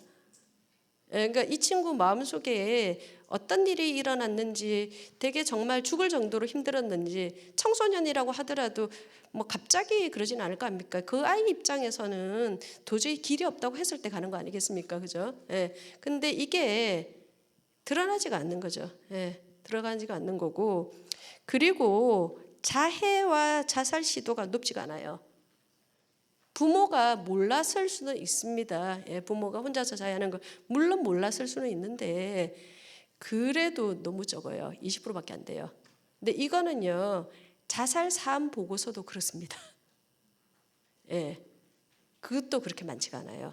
그래서 그 얘기는 우리나라 아이들이 이전에 계속 시도해서 계속 좀 이게 뭐 괜찮네, 처음에는 가벼운 방법을 하다가 점점 방법이 세져가지고 나중에 정말 극단적인 나쁜 사망할 수 있는 치명적인 방법을 선택한다, 이런 아이들도 물론 있지만 한 60-70% 정도는 그냥 첫 번째 사망한다 인 겁니다. 60-70% 정도 첫 번째. 그리고 분명히 이 친구들이 이런저런 소소하게 이렇게 심리적인 문제가 있었을 텐데 뭔가 상담을 받거나 치료를 받거나 했던 게 한 47% 정도입니다. 정신과 치료받은 거는 36% 정도입니다. 근데 사망 당시에는 치료받은 게 20%가 채 안 됩니다. 예. 그런데 이제 이것도 역시 마찬가지로 부모님이나 그렇게 볼 때 이 친구가 좀 그러니까 사춘기 지나면서 좀 힘들어했나 보네 하고 아이가 상담 가자 해서 상담을 갔는데 갔다 오더니 이제는 안 갈래요 해서 해결됐나 보다 그렇게 생각했던 거죠. 예, 그랬는데 그 얼마 안 돼서 사망했대더라. 이런 이슈들이 좀 있는 겁니다. 예. 그래서 어떠면 이게 저는 그래서 잠깐만요. 20% 정도 그래서 아이고. 그래서 이게 한 50% 정도는 애들이 또 좋았다 나빴다 왔다 갔다 하지 않습니까? 그죠? 그래서 이제 전 세계 사춘기 생애를 통틀어서 근데 옛날에 무슨 우울했다고 해서 나중에 자살 예측하느냐 그것도 사실 아니에요. 워낙 자살 사망 자체는 드문 일이고 우울이나 자살 생각은 굉장히 흔한 일이다 보니까 이 중에서 찾아내는 건 쉽지는 않은데 근데 아이들이 계속 변동 가능성이 있다는 걸 생각하면 뭔가 도움을 요청하려고 뭔가 치료자를 만날 확률은 그래도 꽤 있었다는 거죠. 그럴 때 이제 조금씩 어떤 기회들은 있어 왔었던 그것도 맞는 것 같아. 근데 이게 그렇게 명백하지는 않다. 아주 분명하게 대놓고 나 죽고 싶어 이렇게 한 건 아니라는 거죠. 이걸 단순히 선생님이 아니면 그 부모님이 감수성이 떨어져서라고 좀 할 수는 어려운 문제라는 걸 말씀드리는 겁니다. 그래서 뒤집어서 보면 역시 자살 경고 신호 80%가 있었어요. 근데 자살 경고 신호라고 하는 게 여러분들 이제 그 생명전 복지부에서 만드는 보든말도 그렇고 뭐 다른 자살 예방 게이트키퍼 교육 보면 뭡니까? 자살 경고 신호를 사전에 잘 알아차려 가지고 경고 신호가 80~90%는 다 있으니까 이런 거 보이면 우리 열심히 도와주고 연결시켜주고 뭐 이러자 이런 거잖아요. 그죠? 그게 이제 많이 알려진 게이트 자살 예방 교육인데, 근데 저희가 이제 그럼 아이들이 80% 정도 있었다는 건데, 그럼 이걸 알려주면 되지 않겠느냐 이렇게 생각할 수도 있는데요. 근데 이걸 보시면요, 아까도 계속 말씀드리지만 그렇게 그 자살에 대한 민감도가 높지 않은 항목들이에요. 여러분들 자녀들이 사춘기가 됐는데 그냥 어느 날 갑자기 엄마랑 말을 섞기 싫어하고 짜증을 짝짝 내고 학교 가기 싫어 막 이러면 이거를 야 얘가 자살 경고 신호야 이렇게 생각할까요? 그 쉽지가 않거든요. 아이가 되게 힘들어하는 거는 맞는데 그죠? 그러면 이거는 이제 저희가 나중에 뒤집어서 카운트해 보면 자살 경고 신호가 잡혀요.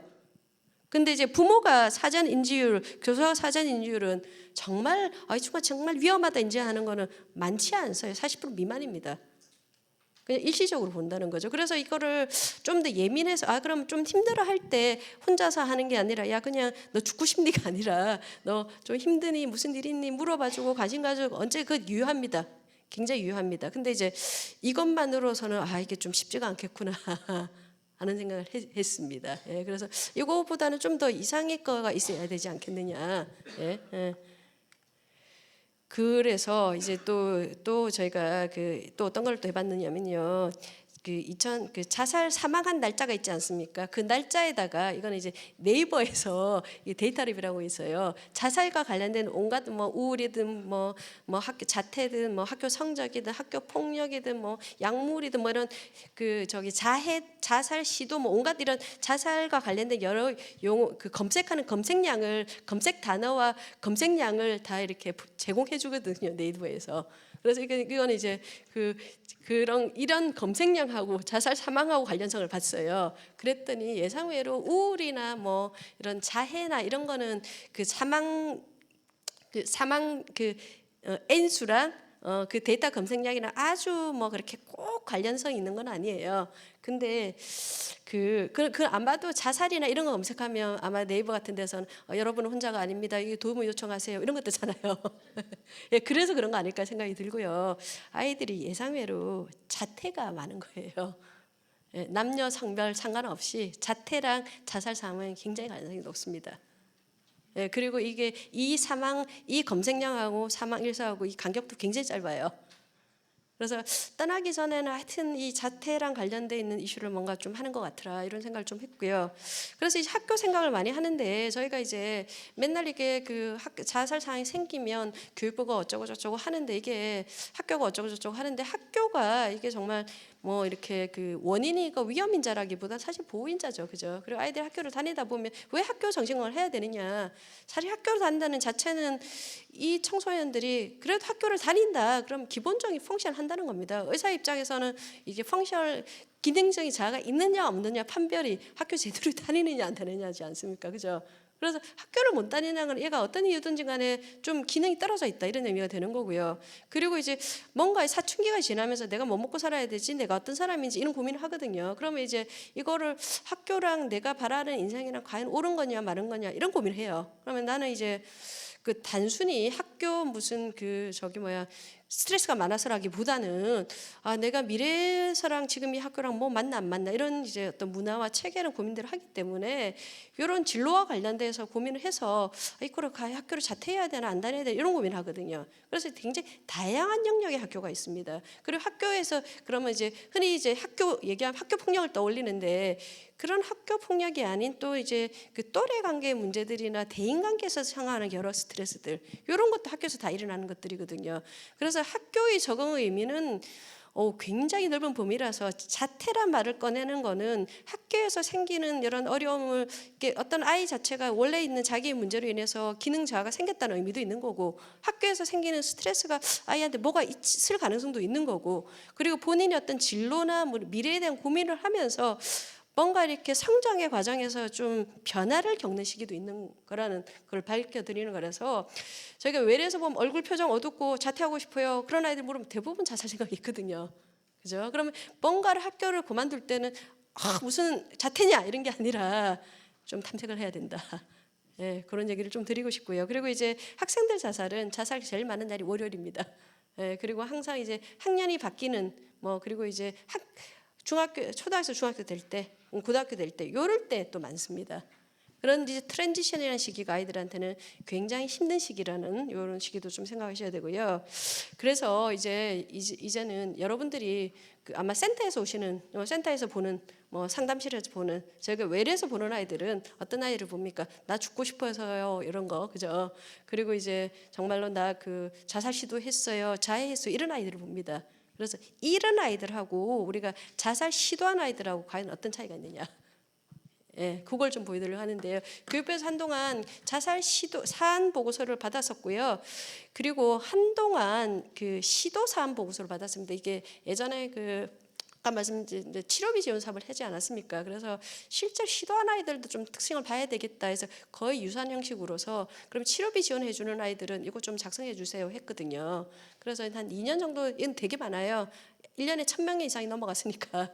그래서 2, 3년 해보니까 이거는 거의 비슷하더라고요. 전년도라. 예, 그래서 그냥 한 2년 정도 하고 말았는데 그래서 요거랑 한번 비교를 해보면서 저희가 이제 고민을 한 게 이게 시도자하고 사망자하고 정말 똑같은 거냐, 아까 말한 것처럼 시도에서 사망으로 연속 증상으로 가는 거냐, 어떤 특성이 있느냐 이런 이제 고민을 좀 했죠. 그랬더니 이제 어떤 결과가 났느냐면요, 달라요. 전부 다 달라요. 전부 다. 예, 전부 다 다르고 시도구는 아이들은 우리가 이제 흔히 보는 아이들입니다. 예, 훨씬 더 한부모 가정이라고 하는 이쪽 시도는 여자들이 훨씬 더 많고요. 경제적 수준도 사망 아이들보다 하위가 더 많고요. 이게 양부모 가정도 이제 훨씬 더 한부모 가정이나 다른 가정들이 아까 사망군에서는 그죠?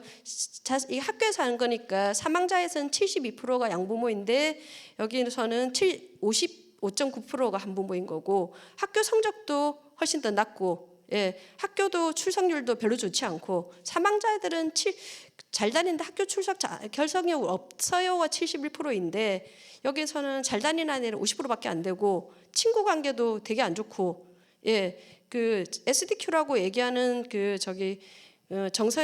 SDQ로 평가한 것도 다 안 좋고 다 임상군이에요. 사망군은 사실은 정상군이랑 거의 차이가 안 날 정도로 교사들 생각한 거는 거의 그렇게 문제 행동이 드러나지 않아요. 그리고 이제 사망군이 시도군보다 나이가 1살 정도 조금 더 많고 남자가 조금 더 많고 그리고 방법으로 투신을 쓰고 이쪽 사망군이 유서를 조금 더 많이 쓰고 그래서 모든 군에서 유의하게 차이가 나는 거고요. 저희가 많이 아는 군은 이런 이제 시도군이 저희가 많이 아는 거죠, 그죠? 근데 사망군은 사실은 우리한테 안 오고 그냥 떠나는 겁니다. 우리한테 안 오고 그죠? 우리한테 오는 아이들은 이 아이들입니다. 예.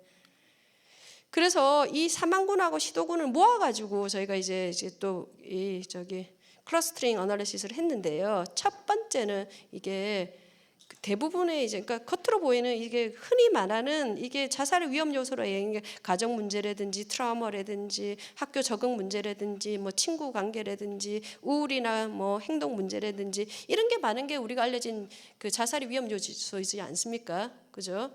그런데 실제로 사망군에서는 첫 번째로 바로 사망하는 아이들 겉으로는 안 드러나는데 이 아이들은 그 남자가 좀 더 많고 겉으로는 괜찮은 아이들이 사실은 사망률이 더 많다는 거고요. 예, 두 번째는 이게 오히려 저기 그 뭐 이렇게 살아가는 온갖 스트레스들, 자해도 많고 문제행동도 많고 뭐 그런 정신병리도 많은데, 근데 이 아이들은 오히려 치명률이 낮은 거예요. 앞에보다 오히려 낮고. 5분 정도요? 네. 네. 네. 그리고 나머지 구는 네. 이게 시도랑 사망이랑 섞여져 있는데 이쪽은 문제 행동이 많고 학교를 잘 안 다니는 아이들, 이렇게 돼 있는 겁니다. 예. 그래서 이제 되게 좀 차이가 난다 뭐 이런 거고요. 그래서 이게 이거는 안 되는데 이제 저희 사례는 제가 통과를 하겠습니다. 사실 이게 겉으로는 정말 표현이 안 되는데 소소하게 아이들이 입장에서는 큰 문제라고 생각해가지고 되게 갑자기 사망하는 경우들이 있다고 좀 하고요. 그리고 외래에서 보는 저희가 만성적으로 우울하고 지속적으로 자살 시도한 아이들은 오히려 맨날 자살 시도를 하니까 이 친구들이 위험도도 정말 올라갔을 때 우리가 놓치는 경우들이 많다. 예, 그래서 이게 정말로 이렇게 쉽지가 않다, 이런 얘기를 좀 드리고 싶습니다. 그래서 이제는 이게 앞서 말한 거를 정리하는 건데요. 그래서 자살 시도, 사해, 뭐 사망 이런 게 다 겹쳐지는 거 아니다. 겹쳐지는 거 아니고 생각은 굉장히 많은데 시도는 그 일부분이고, 자해는 어떤 면에서는 생살 생각이 없더라도 나오는 거고요. 그리고 이 중에서 굉장히 겹쳐지는 건 일부분인 경우가 사실은 많은 거고, 우리가 생각해오는 자살 시도는 우울이나 병리나 뭔가 가정 환경이 안 좋은데, 정말 그러면 어떻게 생각하면 가정 환경이나 살아가는 환경이 안 좋은 아이들이 사망하는 게 더 많은 거, 더 삶이 힘드니까 자살로 더 해야 되는 거 아닌가요? 근데 오히려 이 아이들은 결국은 자살보다는 어떻게 생존하는 게 더 많은 거예요. 예, 근데 앞서 우리가 모르는 뭔가 위험 요인 가진 아이들이 생각에서 바로 사망으로 간다는 거죠. 근데 이거는 저희가 검색을 해보니까 미국에서도 보면, 어떻게 보면 미국은 권총 자살이 제일 많은데요. 나이가 어리면 어릴수록 이제 70-80%는 첫 번째로 사망한다는 얘기가 있더라고요.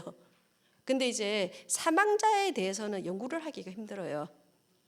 예, 사망자 일단 드문 데다가 이제 지역사회 샘플로도 알 수가 없는 거고, 신호가 있으면 뭔가 임상군으로 걸려졌을 텐데 그것도 없다 보니까 그래서 모르는 거죠. 예, 근데 이제 뭔가 이게 좀 문제가 있는 거 아니냐. 그래서 저희가 이제는 보이지 않는 신호를 찾아야 돼요. 찾아야 돼요. 그래서 애들이 흔히 알고 있는 우울이나 불안이나 화나는 거 말고 뭔가 이렇게 좀 희망이 없거나 뭔가 이렇게 창피하거나 뭐 이상한 감정이 있을 것 같아요. 예, 그리고 아이들 입장에서는 나아질 것 같지 않은데 뭔가 이렇게 표시되지 않으니까, 그리고 얘네들이 뭔가 이렇게 얘기했었을 때 문제 해결된 경험이 없으니까, 그리고 애들이 사실은 보면 학교 문제라든지 무슨 좀 내가 이렇게 하면 희망이 없을 것 같다는 이런 문제들이 성인들이 얘기하는 무슨 뭐 이렇게 경제적으로 사회 경제 문제가 너무 복잡해서 뭐 질병이 많아서 이런 거기보다는 사실 아이들 입장에서는 큰 거지만 우리들이 보기에는 야, 죽는 것보다 학교 안 가는 게 낫지. 뭐 그렇게 뭐 어떻게 학교 생활이 힘들다고 하면 차라리 네 원하는 막 살면 되지 뭐 죽어, 이런 얘기가 쉽게 나오거든요, 저는요. 그래서 이 아이들은 이런 식으로 이렇게 좀 생각하기보다는 내가 생각한 삶이 요건데 그게 아니면 나는 죽어야 되는 거 아니냐, 뭐 내지는 이제 이게 아니니까 너무너무 괴로우니까 난 좀 피할래 뭐 이런 생각을 좀 많이 하는 거 아닌가. 근데 이제 요건 제 생각이고요. 앞으로 이제 요 부분들이 이제 많이 좀 밝혀져야 되는 그런 부분인 것 같습니다.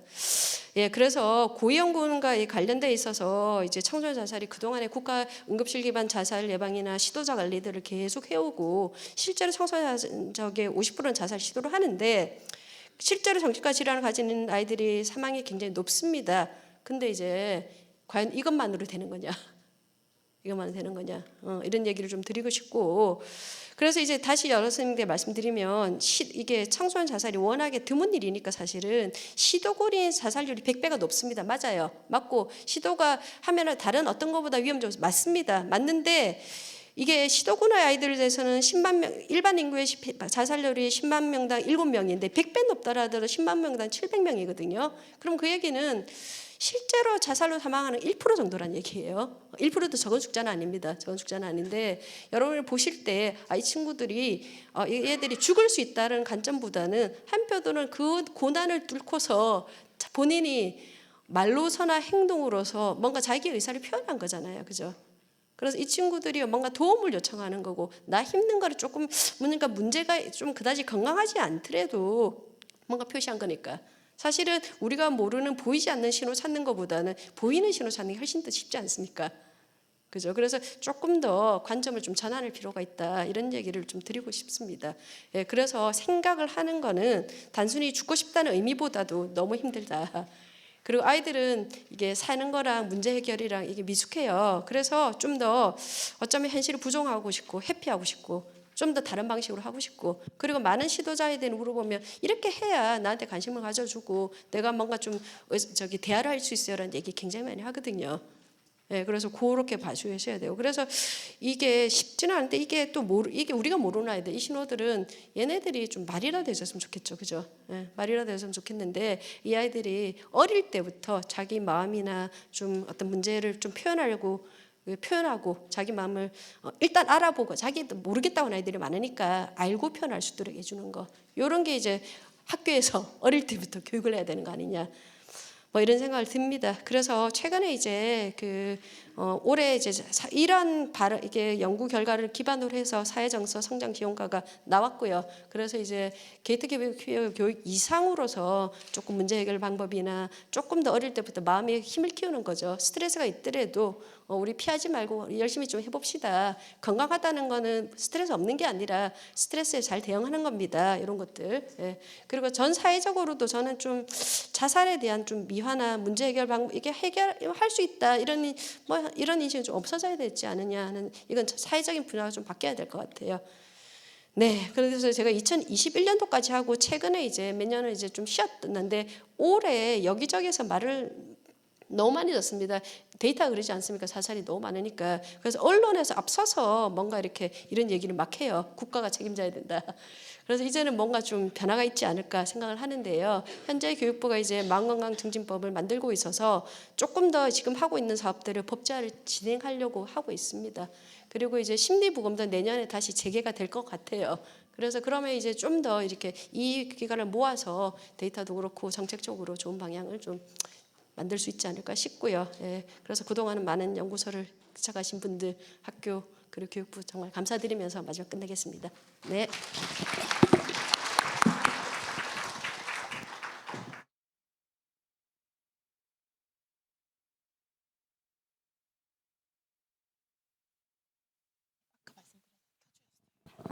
네, 발표 감사드립니다. 이 좌장을 맡으면 제일 힘든 게 항상 시간 통제라는 건데요. 뭐 할 수 없이 악역을 했습니다. 발표하신 내용에 대해서 질의 사항이 있으면은 말씀해 주시는데 자기 소속 간단하게 소개를 해주시고 질문해 주시면 좋겠습니다.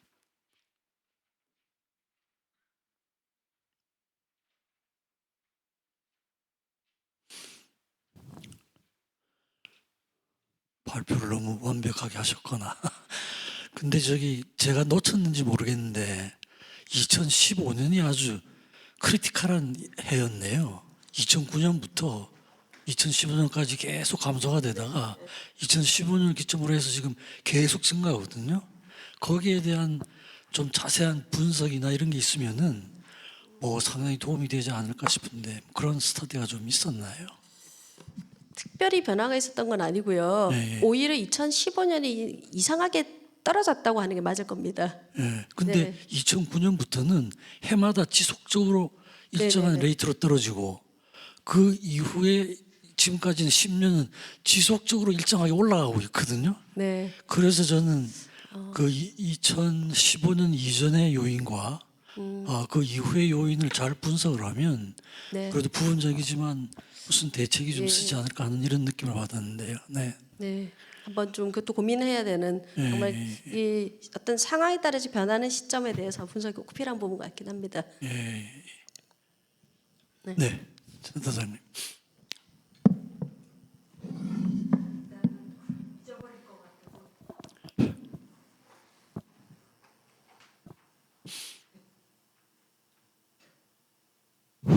네, 굉장히 중요한 그런 포인트들이 있었는데요. 저도 새롭게 좀 듣는 우선 그런데 그 아이들이 죽음에 대해서 갖는 어떤 생각 그게 사실 자살 예방 뭐 프로그램 교육의 중요한 포인트 중에 하나인데 그건 전부터 있었어요. 이렇게 그걸 굉장히 낭만화시키는 경향이 있다. 그걸 문제 해결로 보고 그러니까 아까 그 하늘 파란 하늘 있고 마치 날아갈 거 그러니까 벗어나는 어떤 걸로 표현하는 그 부분은 정말 다시 한번 증명이 된 것 같고요. 그래서 그거가 시사하는 건 우리가 예방 교육할 때 다시 한번 죽음에 대해서 갖고 있는 아이들의 생각을 한번 익스플로레이션 하고 그거를 제대로 이제 바꾸는 거, 네, 현실적인 생각, 왜곡된 생각을 바꿔주는 거가 중요하다고 생각이 되고요. 가장 인상적이었던 거가 우리가 사실 모든 위험 요소, 보험 요소를 보고 예방 전략을 짜는데 정말 그 현실에서는 위험 요소가 없는 아이들이 그게 참 중요한 것 같아요. 그렇다면 우리가 뭘 해야 되나? 선생님 분석에서 나온 거는 자퇴는 굉장히 중요한 사실은 경종을 울리는 거라 자퇴하는 아이들에 대한 어떤 개입이 필요할 거고 그리고 이제 위험 요소가 없는데 또 하나 요소는 드러나지 않는 아이들 그냥 사실 요란하게 나 죽겠다는 아이들은 어떻게든지 도움을 구하기 때문에 다 구할 수는 없어도 상당수는 구할 수 있고 사실 그게 SOS를 청하는 신호죠. 굉장히 우리를 threatening 하니까 릴레이션을 프로보크 시키는 그런 행동이라 그런데 그냥 조용히 이렇게 아이솔레이트 되어 있는 아이들 표현하지 않는 아이들이 정말 문제인데 그런 아이들은 관심을 못 끌죠. 그러니까 선생님 학교 또는 아이들을 다루는 분들은 그런 조용한 아이들에 대해서 우선 관심을 가져야 되고 소외되어 있는 아이들 가정에서나 학교에서 그러면서 드는 생각이 우리가 정서행동 선별검사를 하는 이유가 선생님이나 가족이 볼 때 행동 문제가 있고 이런 아이들 익스트로버티한 문제 있는 아이들은 아는데 그런 인트로버전된 뭐 불안이나 우울 아이들은 잘 눈에 안 띄기 때문에 선별검사로 조금 알게 되는 그런 순기능이 있잖아요. 그래서 그걸로 조금은 그래 도움이 되지 않을까 생각하면서 드는 의문은 아이들이 솔직하게 하지 않으면 그거는 알아낼 수 없거든요. 그러니까 뭐 오픈해서 한다거나 자기가 드러나게 되면 곤란할 것 같은데 온라인으로 하는 검사가 나을까? 선별검사. 근데 우리가 선별검사 하려면 사실 아이덴티피케이션이 돼야 되니까 거기서 그 솔직하게 답할 수 있는 어떤 여건을 만드는 게 중요할 것 같다는 생각을 했습니다. 선생님 발표로 새롭게 시작하게 된 게 이제 제가 보기에는 이제 요 몇 가지였고요. 제가 여러 번 얘기했지만 여자 청소년이 더 올라가는 거는 이제 자해가 여자에게서 많은 것도 있고 사실은 여자 청소년이 우리나라 문화에서는 더 벌러러블을 할 수밖에 없다. 그러니까 이 시기에는 상대적 박탈이 굉장히 중요한 영향을 끼치는데 우선 얘네들이 바디 이미지가 셀프 이미지를 상당 부분 결정하고 그게 중요한 요소인데 뭐 아이돌이고 하여튼 외모가 주는 그런 상대적 박탈 그다음에 경제적 여건 뭐 그리고 성차별 그러니까 남성에 비해서 경제적 여건은 똑같지만 외모나 성차별은 여자 청소년한테 훨씬 더 부담이 되거든요. 그리고 그거가 이제 SNS를 통해서 훨씬 더 강력하게 영향을 가져오기 때문에 그러지 않는 그런 젠더 디퍼런스에 대해서 계속 제가 생각하고 있는데 그런 것들을 좀 생각하고 있습니다. 네, 이상입니다. 감사합니다. 코멘트로 받아들이고요. 혹시 플로어에서 질문 한 분 좀 해주시면 좋겠습니다. 예. 네, 안녕하세요. 저는 서울시 교육청 자살 예방 업무 담당하고 있는 장학상 우현정입니다. 저희 이런 연구에 대한 결과를 사실 업무 담당자로서도 접하기 어려운데 제가 2년 만에 이런 연구 결과를 들을 수 있다는 거에 지금 그러니까 좀 더 이렇게 작년에는 발표가 있었는지 잘 모르겠지만 저희 되게 감동받았고요. 제가 궁금한 점은 지금 학교 밖 청소년 관련해서는 어떠한 연구 결과가 있는지 제가 궁금한 부분이 학교에서 이제 자퇴한 학생이 이제 위험하다는 부분이 있어요. 그러면 이제 이 학교 밖 학생이 같은 경우에는 어떻게 자살 이 부분에 대해서 관리되고 있는지. 왜냐하면 2023년도에는 1대1이었는데 작년 결과는 학교가 좀 더 많았고 6대4로 학교 밖 청소년이 좀 줄었어요. 그래서 자퇴하는 그 고통이 이제 학교가 지가 심하다는 부분은 인지를 했는데 학교 밖 청소년 이쪽에서의 어떤 자살 이런 부분은 또 어떻게 관리하고 있는지 궁금해서 문의드립니다. 아마 이제 지금 교육부 통계에서는 한 3% 정도가 학교 이탈률로 이제 3% 정도가 이제 학교 밖 청소년으로 분류가 되고요. 아마도 이제 3% 많은 3%지만 그 3% 아이들이 이런저런 위험 요소가 많아서 자살률이 좀 높을 거라고 예상은 하는데 현재로서는 그런 이제 잘 정리된 데이터는 없습니다. 아마 이제 국정국립정신건강센터에서 학교 밖 청소년 실태 조사를 작년에 했거든요. 그래서 이제 자살 생각이나 뭐 다른 병리가 일반 학생보다 굉장히 높은 거는 그렇게 나와져 있습니다.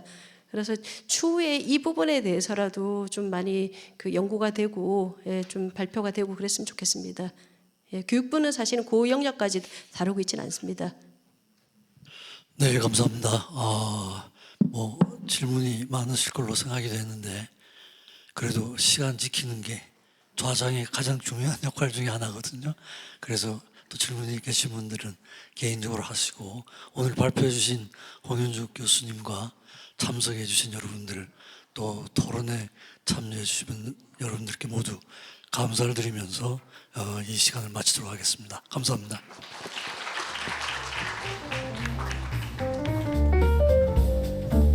이상으로 오전 순서를 모두 마치겠습니다. 이제 점심시간을 갖도록 하겠습니다. 점심시간은 12시부터 1시까지고 1시 정각에 이곳에서 다시 시작될 예정입니다. 참석자 여러분들께서는 시간에 맞춰 자리로 돌아와 주시고 즐거운 식사 시간 보내시기 바랍니다. 감사합니다.